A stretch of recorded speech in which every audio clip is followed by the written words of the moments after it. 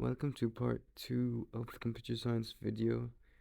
Like I said, I won't be doing much past paper questions. I'll only be doing a really common question and the question that's more likely to come. I'll give you like a kind of a formula or a way to phrase your question answer when solving that question. And for paper 2, I'll be doing one question from it because the other question is pretty simple. Anyways, let's go ahead. Uh, okay, so say we have this question here. First, what you should do is like acknowledge how the resistor works. So how we do this is, let's say, in this case, by the way, what I suggest doing is naming the sensor you're going to be using because naming the sensor actually gives you an extra point.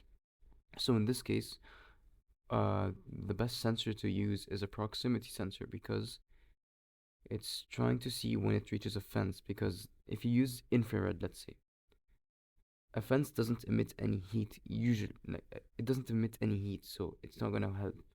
So your best bet would be the proximity sensor. So start off by saying the proximity sensor continually sends digitized data to the microprocessor. That right there is 1 point.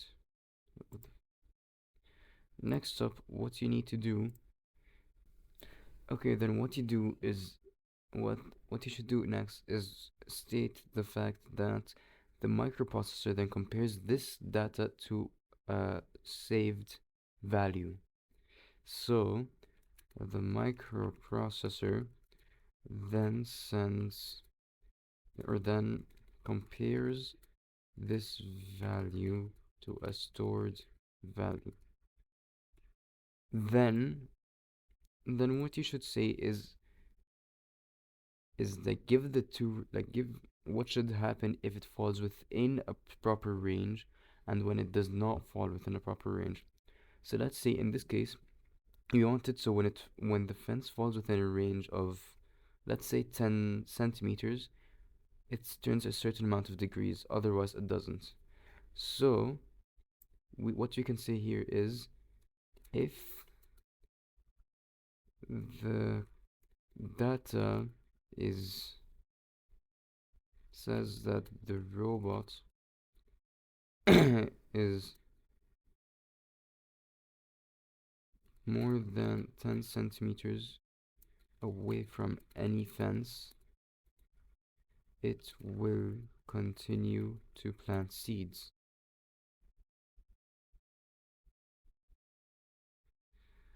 Next up, state what should happen if the data is the inverse. So let's say it is 10 centimeters or less.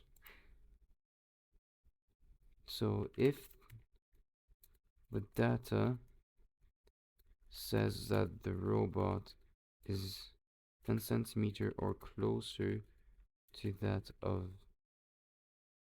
closer to any fence,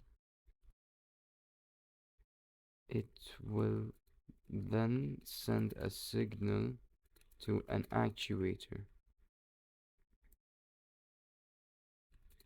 which then rotates it a certain amount of degrees until it no longer faces a fence or is no longer closer to a fence.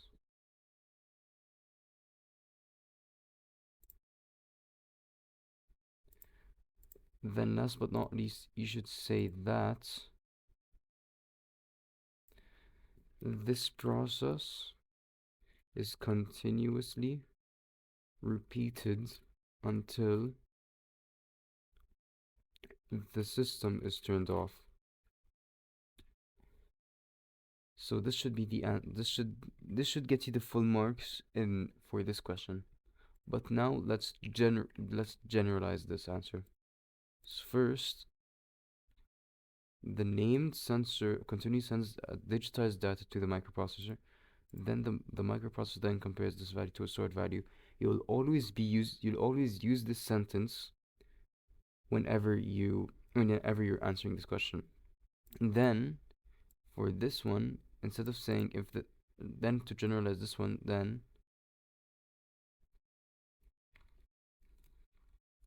condition for normal working, let's say, then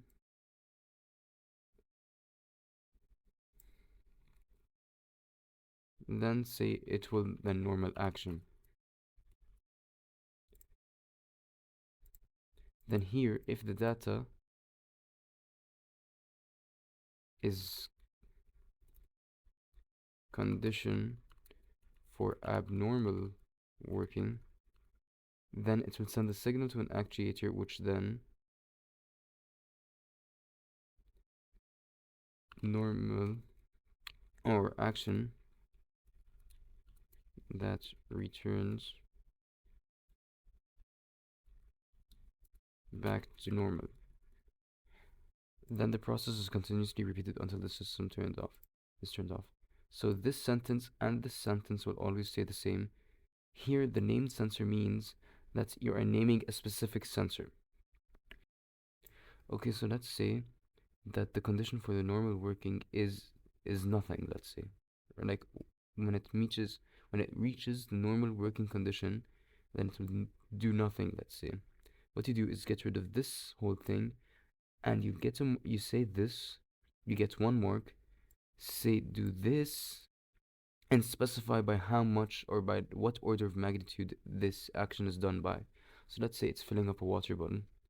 What you would do is if it does not fall within a set range from the level sensor. So let's say this water bottle automated system uses a level sensor. It sends digitized data to the microprocessor. Microprocessor then compares the value to a stored set of values. Then, if that value does not fall within a certain range, it will then send a signal to an actuator. That's 1 point. And then say it will fill the water bowl for a certain amount of time, or say for a set volume of water. That gets you to your second point, and then you say this process is continuously repeated until the system is turned off. And that's how you get the second point. Okay, so let's say here we have a logic statement, and what we are told to do is recreate this logic statement into or redraw this logic statement into a logic circuit. Here is how you should go about it. First, see which one is the outermost thing, which is the OR here. So let's draw this OR gate.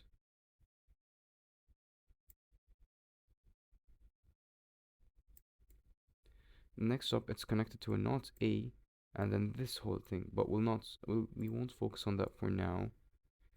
So let's just draw the NOT A.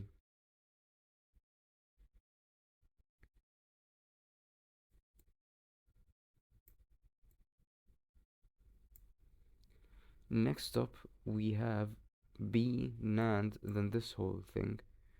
So go here, draw the gate for NAND, then connect this one to B. Next up, this goes into an AND gate. So go here, draw an AND gate, and connect it to a NOT C. So I'd say about go here.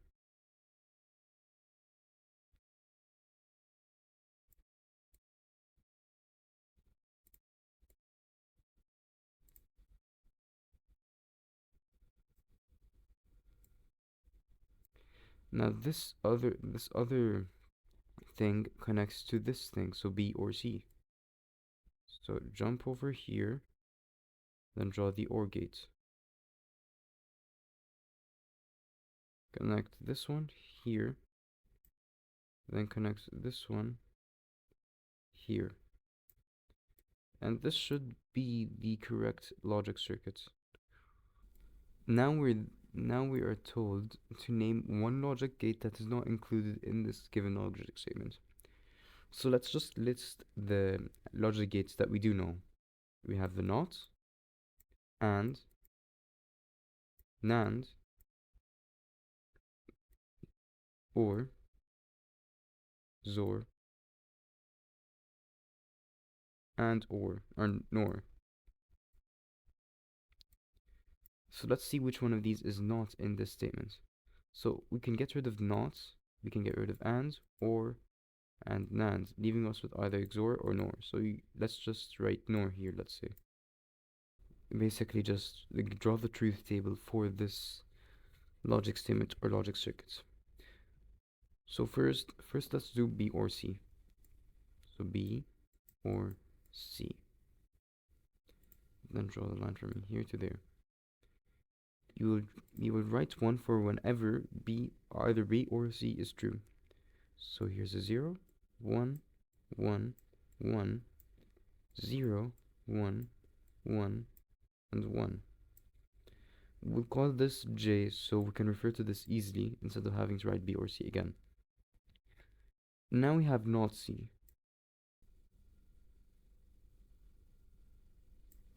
So whatever C is, flip it. So here's 1, 0, 1, 0, 1, 0, 1, 0. Now we have J and not C.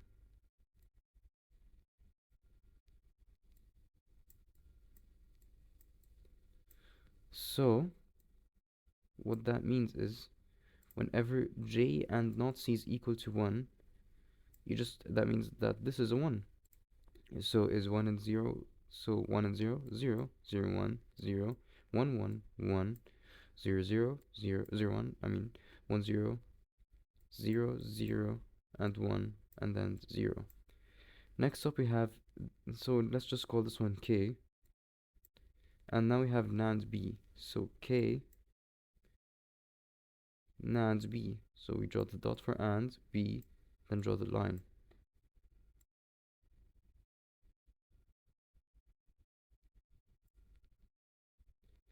You want to see if whenever K and B is false, which means that it's either 0, 0, 0, 1, and 1, 0. So let's look at K. We have 0 here and 0 here, which makes this one a 1. 0 here and 0 here, once again a 1. 1 here, that's a 0. 0 here, 1 here, that's a 1. 0 here, 0 here, that's a 1. 0 here, 0 here, 1. 1 here, 1 here, 0. 0 here, 1 here, 1. Now let's look at not A.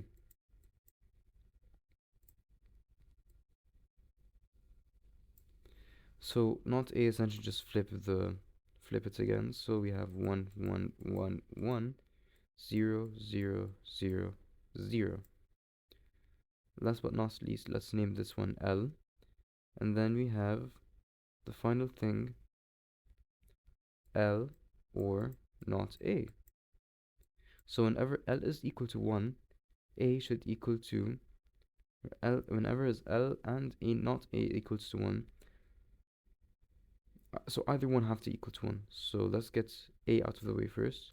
1, 1, 1, 1. Now let's do L too. If there's already a 1 there, you just ignore it. So there's already one here, ignore it, already one here, ignore it, already one here, ignore it. There's no one here, write it down. A 1 here, write it down. 1 here, write it down. So that must mean X is 1, 1, 1, 1, 1, 1, 0, and 1. Okay, so now this is the other question from paper 2. Complete the truth table for this logic expression. This time we're just given the logic expression without anything. So first, let's break this down. So we have A or B and not B and C. Let's start with A or B. So A plus B.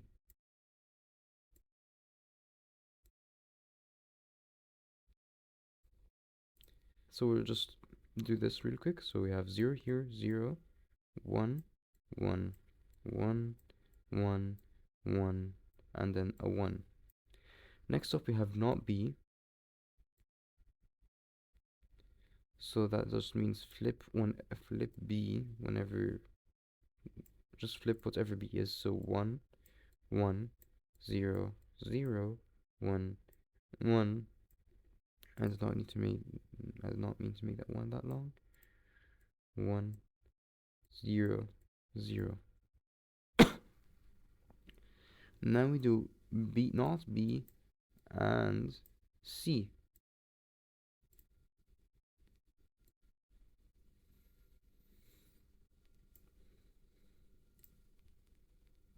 So whenever not B is true and C is true, then that means that should be true.